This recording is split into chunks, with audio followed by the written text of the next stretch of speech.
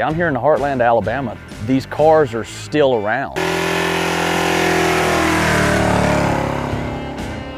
We're not making anything like this anymore. And we don't have vehicle inspections here. So you can drive ragtag muscle cars and you are the entertainment of the highway for everyone else. The general public's reaction to the car is phenomenal. It brightens their day to see this yellow, dilapidated Barracuda still in traffic.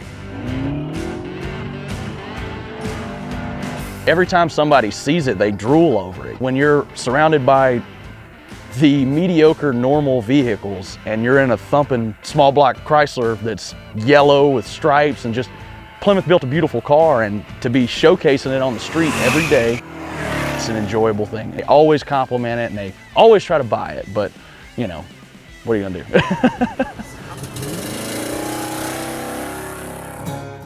The social media presence for Ratty Muscle Cars is huge, and I have littered the internet with this stuff. I didn't know how it would take hold, but I knew I just wanted to keep pushing it. Don't send me pictures of your stuff on aired down tires. Show me that it is a driver, because in this time in this country, money's tight, and it's hard to accomplish having a restored muscle car when you have bills piling up, you've got important things that you have to pay for. You don't have that extra income to just dispose into a car. People can't afford to fix them and can't afford to drive them because they turn on the TV and they get this false reality that you should have this car fully done, nut and bolt restoration on a rotisserie in order for it to be, what, a pawn to go across the auction block? Like, that's not entertaining to me. It's all about the seat time with the pedal down, and the paint has nothing to do with that. So people have woke up to it. They're like, oh, well hell, it can be pretty cool, even if it does have a dent and a quarter panel. They're fixing what they have. It's a drivable turnkey muscle car. So now more people want them. These cars is when the designers and the engineers cared about making a true vehicle that just hits home. And since they've stopped doing that, kids still realize they used to do it in the 70s, you know, it was awesome then.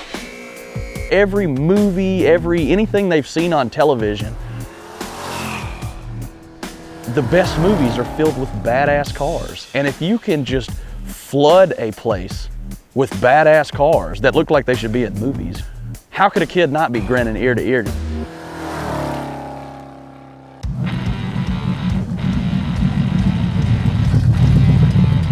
Everybody drugged their kids out to an event called the No Shine Shit List, but they didn't care because they knew there was going to be hot rods.